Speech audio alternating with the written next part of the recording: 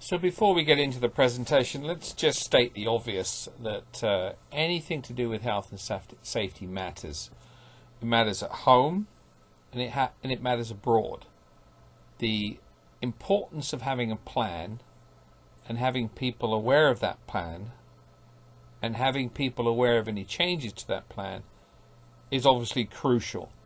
Crucial from a health and safety standpoint, but crucial from a legislative punishment standpoint.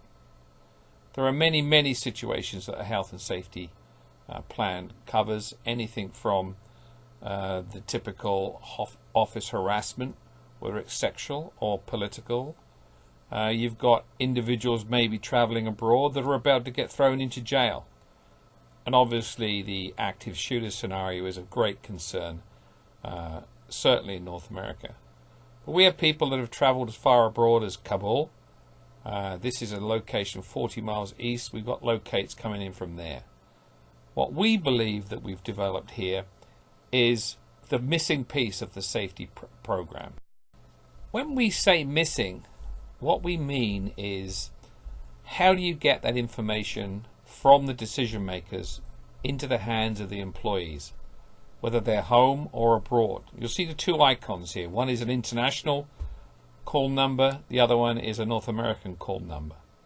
But everybody likes to carry their smartphones with them. At the office, traveling between the office, traveling abroad, they have that stuck in their hands more or less 24/7.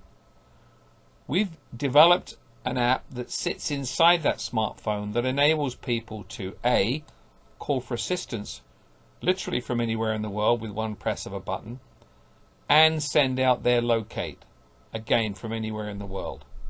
This is a key piece of the security puzzle, along with safety security protocols that are in there, self-locate that's in there, and what follows is an explanation of what you actually get when you open. What you see here is the VSA icon embedded on the home screen of a BlackBerry. But it's available for iPhone and for all Android devices. The upload is relatively simple, and once it's embedded inside your mobile device, your smartphone, it's ready to go. It's a device that can sit there unused for years, or it might suddenly become useful when you get into some sort of dramatic situation. This situation might be trouble in the parking lot at the office. Somebody might be in the office causing problems, or you might be on the road heading into some dangerous location somewhere internationally. So it sits there, it's never used, you know it's there. If you need it, it's there. What happens then when you actually open the app? What you see is the following menu. Emergency calls, health and safety, travel advice. I'm not going to go through all these verbatim, but suffice it to say there's a compiled amount of information that is useful to employees, both to browse on a day-to-day basis, but also for them to have in terms of ready reference if they get themselves into trouble. The app opens. This is the menu that appears with your location at the top. Once the app has found where you are, it's ready to go. Simplest thing in the world is to hit the emergency calls icon, that section. It will send an emergency call to a predetermined location. It might be straight to Nemesis, it might be your own in-house option. It also sends us a locate using Google Earth technology to let us know where you are when you've had that problem. The next screen is a list of protocols from a safety standpoint that most human resource people appreciate. When you put the list of items together, it gives guidance to the employees in a whole number of situations. This is just the first page. There are about 10 different safety protocols. What it actually means is the employees have ready reference to any the vast majority of circumstances that they can become exposed to. They can also use it just to reference and to read about the situations that they could find themselves in. This is incredibly important as far as we're concerned. Just considering that there is a risk is enough to make you better prepared than the majority of people around you. The Kenyan Mall is an example of that, where there was extreme violence, but it was the surprise and the shortness of the event that injured most. The next section is simply links to governmental travel warning sites. In this case, we've got the Canadian, the American, and the United Kingdom. We also have a section in there for female travellers, and not that they're any more at risk than regular travellers. In fact, statistics prove that men are more at risk than women, but women need to read up on this. And there's an immediate contact point for us. These travel sites issued by the government are relatively up to date. There are private sector options, and these are paid for services. Some are reliable, some aren't, some are up to date, some aren't. It's best to use the government reference, as that is the accepted standard. This is the best practices as far as the health and safety laws are concerned. If you follow the government advice, you can't go far wrong. For those of you that are unaware of these sites, what you'll do and what you'll see when you actually open the app is some pretty comprehensive information. Everything from straight risk to culture to customs to medical to locations. It will even break down to specific cities in a lot of cases. So if you aren't aware of it, it's a very useful thing to take a look at and to reference any travel information that the employee might be considering. The self-locate button that you'll see on there is a very useful tool, as you don't have to go into other apps and other areas of your smartphone to find out where you are. The app will not only give you an emergency call capability and a locate to a remote location, it will also tell you where you are. And this has been very useful to people traveling in cities. They just get stuck or disoriented. Click on the app, and there you have your location. We've had people lost in cities who are able to orientate themselves with our help and to find themselves back to where they should. We also run a Stay Safe Insight blog with a number of little insights into some of the security planning, safety planning that normally goes on behind the scenes with major corporations, and human resource, legal, security people like to keep their staff up to date with the latest trends, the latest information. This blog we find quite useful as a two-way tool as well. People often contribute to it. We think the blog, in addition to giving you information, allows employees that have maybe been infected by poor service, poor hotel, bad airline, any of the bad things that will have an impact on people if they know they're coming from like-minded staff. So the employees are able to give us information which we then translate out into the blog, helping people avoid problems.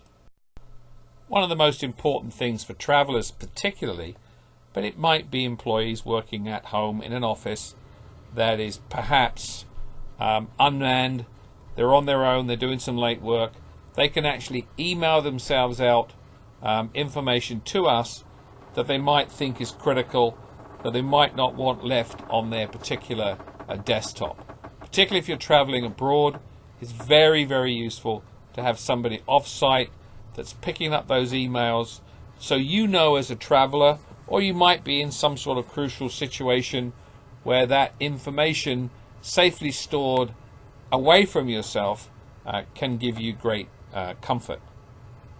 It's also a useful tool to notify us if maybe schedules change. It might be out of hours, it might be 2-3 o'clock in the morning our time, local time. You don't want to disturb anybody at home. We'll take that call for you and make sure people are notified. Whether the plan that you as a client decide to adopt involves outsourcing the monitoring and the backup of the VSA, or whether you want to do it yourself if you have that capability, if you have a 24 station, somebody sat watching the screens, listening for the phone, either option is acceptable and practicable. What isn't acceptable is for the app to be run simply during office hours. There's got to be somebody sat on the back end of this app. That's why it's not offered individually to people. You need the sense that if you press that button, somebody's going to see and hear it.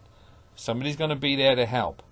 When you hear of incidents where people have called up when they're in crisis and they had a message telling them how important their call is to somebody and how that person is going to get back to them at some stage of the game, that's not acceptable as far as we're concerned. There has to be a live answering capability. So from an administrative standpoint, how is this whole thing put together? Offering up links to download the app into the various different mobile platforms, smartphones. It's a relatively simple process. The link, you upload, test it, and that process is complete. But it's the administration of that.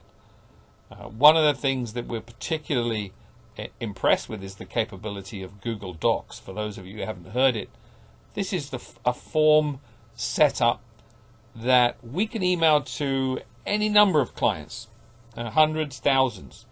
What they'll do is impact their own individual information, making sure that it's clear, making sure that it's accurate. And that information, no matter where they've entered it, it could be home, it could be abroad. We've had people enter information from China, from India, from Pakistan, from Afghanistan, South Africa, South America.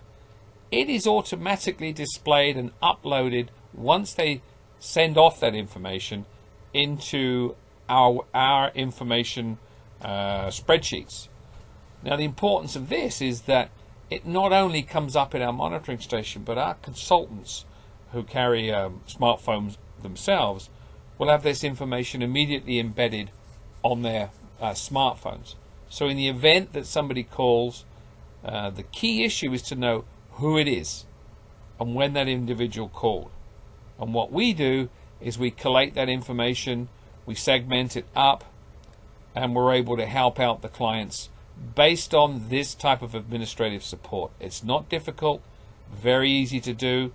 We all know how busy everybody is in this day and age. So this form pops up, individuals fill it in themselves, and off they go. What we do need is we do need some form of emergency contact system. And then we'll pick out 3 or 4 key decision-making executives in a client company. We'll look through their numbers in the event of an emergency. If we've got 4 numbers on 3 employees or 3 senior managers, we've got 12 chances of hitting somebody. We don't believe people are going to sit around waiting for their call to come in. So we manage around that. This is the emergency contact list. This is the last piece of the VSA. So please contact us in the event that you have any questions. We'd be happy to answer them online or